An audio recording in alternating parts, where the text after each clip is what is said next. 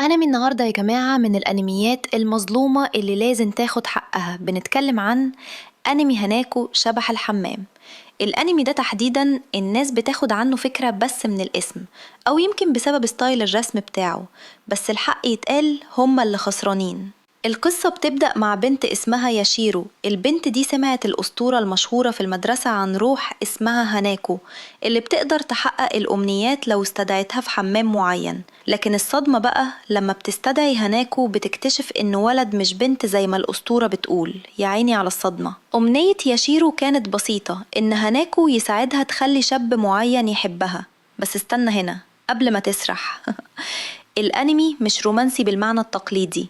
مش هحرق عليك أكتر، بس الأنمي ده مليان لحظات كوميدية تضحك من قلبك، وكمان فيه أسرار غامضة حوالين ماضي هاناكو نفسه وعلاقته بكل الأساطير دي. أما بقى عن الرسم في الأنمي ده فده حكاية تانية خالص. الرسم بتاعه فريد ومميز صراحة، وهو ده بالظبط اللي خلاني أكمل الحلقة الأولى وأنا عندي تصور مختلف عن الأنمي قبل ما أحضره. نصيحة مني، سيبك من أي رأي وافتح أول حلقة هتلاقي نفسك مدمن ومش هتعرف توقف.